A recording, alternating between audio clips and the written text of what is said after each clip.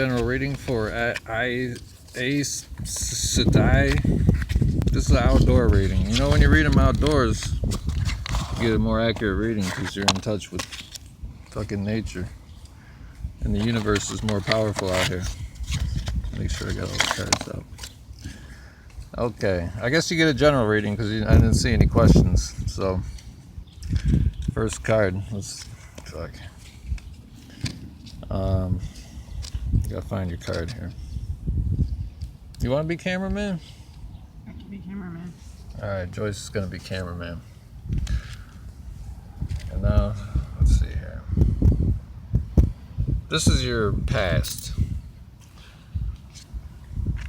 Fuck, it's the devil. What are you zooming in on here? You getting this, cameraman? Let's see, we got the devil. It's kind of like the Lover's card, except instead of an angel overhead, you got Satan, and the lovers are chained to each other. It's still the same shit though. One of them's got, like, instead of a tree, one of them's got like some grapes. The other one's got the devil's like a fire on his tail or something. And the devil says, "Hey, how you doing?" And he's got a pentagram coming out the top of his head. And he's perched on this tiny little so the message that we have here is that you got two people that are chained to one another, as well as chained to the devil.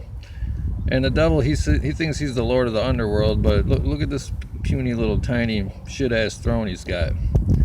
Like, his lordship, not only is it some rinky-dink little pedestal that he's got to squat on, it's not even a proper chair, but he's also tied to these two people, which shows that without the two people that he has supposedly enslaved to him, he's nothing.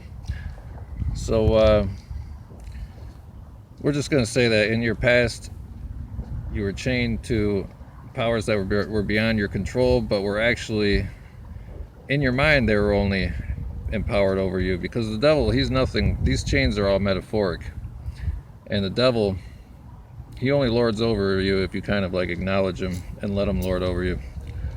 So in your past, you were kind of just you were in a situation that you didn't want to be in, but the fact that you felt trapped, that was only in your own mind. Okay, now second card. This is what's going on in your present. We got I love this card, the Five of Swords. Here, we'll get this turned over. I'm not sure what's going on here. We're not sure if these cards are going to be upside down or right side up. I think they're going to be upside down. Let's turn them the right way. So what happened in the Five of Swords is that these guys had a LARPing match, and then the clouds came and interrupted their game.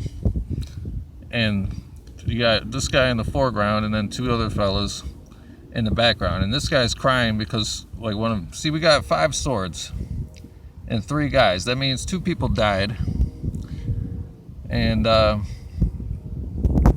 3 are still alive. And then this guy's crying because one of his friends died, and this guy, he's not really crying, but he was just like, "Man, we had a tough day of LARPing, and now I got work in the morning, so I guess I'll just, go on with my everyday life." But this guy, he's a LARPer through and through, and he's just thinking about next week's LARPing match, and he's like going like, "Man, that was a good match, even though 2 of my friends died.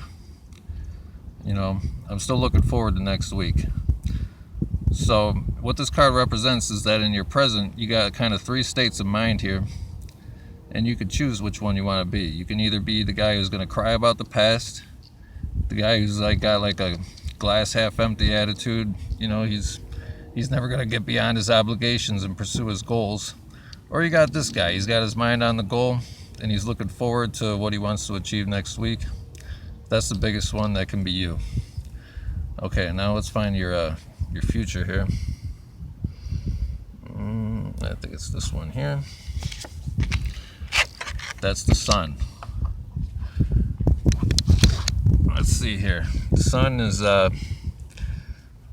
not you know, not so we don't get confused. Not only did they put a sun there, but they got sunflowers, and then they got this kid riding on one of those miniature horses, and a giant tobacco leaf that he's using kind of for a sail.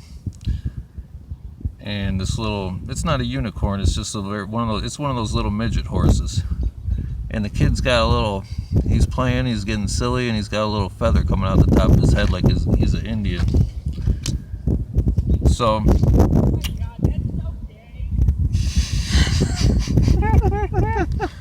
So what we have here is in the future, you might be like one of those abused children in the tobacco plantation. But it does, you know, your life doesn't have to be shit just because you're working. Because the sun's out, you know, there's sunflowers here, you can eat the seeds, and plus you get to ride on a little baby horse.